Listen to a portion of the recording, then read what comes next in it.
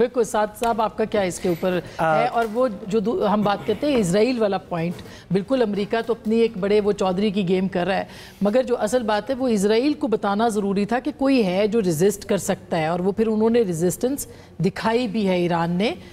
Israel के खिलाफ। Ma'am जैसे भी क्लास्टर साहब फरमा रहे थे, इसराइल के अंदर जंगें तो शायद इसराइल के बॉर्डर्स के ऊपर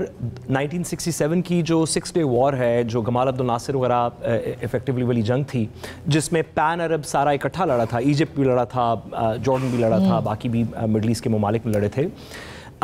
उसके बाद इसराइल के अंदर छोटी मोटी बमबारी तो हुई है, हिजबुल्लाह ने गोलान हाइट्स के ऊपर बमबारी कर दी, दीगर इस तरह की कहानी हुई, लेकिन ये कि इसराइल के मेन सिटी सेंटर्स में, हाइफा में, तेल अवीव में इस तरह की बैलिस्टिक मिसाइल्स हों, ये तो कभी सोचा ही नहीं था। बल्कि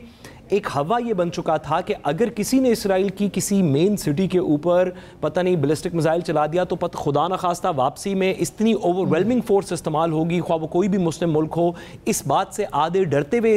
इस तरह की चीज़ कॉन्टम्पलेट नहीं करते थे। तो सर्टनली इसके अंदर एक शॉक एंड ऑ थी जो इसराइलीज़ के लिए ज़्यादा थी। ईरानीज़ तो बेचारे दरमियान में और भी 2-4 दफ़ा बड़ी सीरियस जंगें लड़ चुके हैं,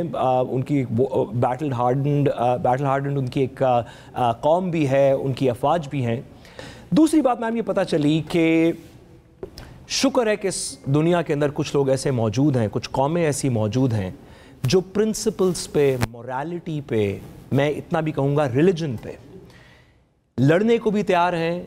मार खाने को भी तैयार हैं, मारने को भी तैयार हैं, खड़े होने को भी तैयार हैं, आइसोलेट होने को भी तैयार हैं, आइसोलेट करने को भी तैयार हैं। इस बात से बालातर होके कि फिर ये मेरे डॉलर्स एंड सेंट्स में कितना कन्वर्ट होगा, अगर मैंने जंग शुरू कर दी तो मेरी एड ना बंद हो जाए, मुझे पे रिस्ट्रिक्शंस ना लग जाएं। इससे बालातर होके कुछ प्रिंसिपल्ड स्टांसेस हैं जिनके ऊपर हमने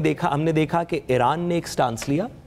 उसी के रिलेटेड प्रॉक्सीज क्रिएट की जो इसराइल सेंट्रिक प्रॉक्सीज थी, ख्वाह वो लेबनान के अंदर हो, सीरिया के अंदर हो, हिजबुल्लाह हो, हूतीज़ हो, इवन नेचुरली उनकी गाज़ा के अंदर भी बड़ी डीप इस्माइल हानिया ईरान में शहीद हुए। तो पता चला कि अगर वाकई प्रिंसिपल्स के ऊपर कोई बात हो रही हो कि क्या हम मजलूम के साथ लड़ने को तैयार हैं, उसका पूरी दुनिया में असर साथ, सॉरी आपकी बात को इंटरप्ट करी हूँ, इसका पूरी दुनिया, अभी ये न्यूयॉर्क का इलेक्शन हुआ है मेयर का, ज़ोहरान ममदानी जो वहाँ पे जीते हैं, आई मीन उनका नारा क्या था? वो इजराइल के खिलाफ बोल रहे थे, वो नेतन्याहू के खिलाफ, वो प्राइम मिनिस्टर मोदी के खिलाफ बात कर रहे थे, और लोगों ने उनको वोट किया। मैम आपने बिल्कुल दुरुस्त फरमाया, लेकिन मैं थोड़ी सी यहाँ से आगे बात करूँ कि बात और वोट और डिस्कोर्स और प्रोटेस्ट तक तो बहुत सारे मुल्क साथ थे, हम भी साथ थे, बहुत सारे और दीगर ममालिक जो खित्ते के अंदर मौजूद हैं वो भी साथ थे। लेकिन पता चला कि बात और रेजोल्यूशन और मुजम्मत और करारदाद और इस तरह की चीज़ों से बढ़ के अगर वाकई इस खित्ते के अंदर जंग हो जाए, इंडिया पाकिस्तान को अलहदा कर दें क्योंकि वो तो एक बायलैटरल इशू है, अगर मुस्लिम ममालिक के ऊपर एक बर्बरियत की जंग हो, एक ऐसी जंग हो जिसको ना इंटरनेशनल लॉ एक्सेप्ट करता है, ना डिप्लोमेसी एक्सेप्ट करती है, तो कौन लड़ेगा? उसमें सिर्फ ईरान निकला। मैं दो आपकी इजाज़त से छोटे छोटे पॉइंट्स और आपकी इजाज़त से गुजारिश करूं कि मैं इस लम्हे में ये भी पूछना चाहता हूं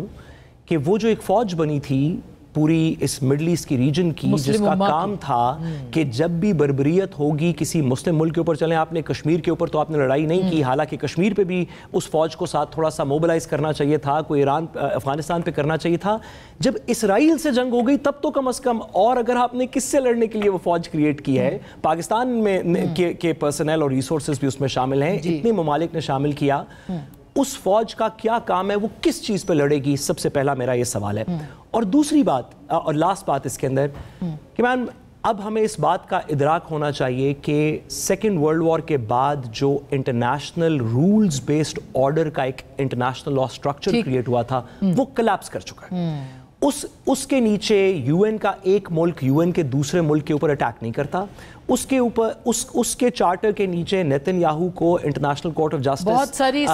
क्रिमिनल कह चुकी है, उसका कोई कॉन्सिक्वेंस नहीं हुआ। जो भी इंटरनेशनल रूल्स बेस्ड ऑर्डर था से निकलने का फैसला किया ना, जी बिल्कुल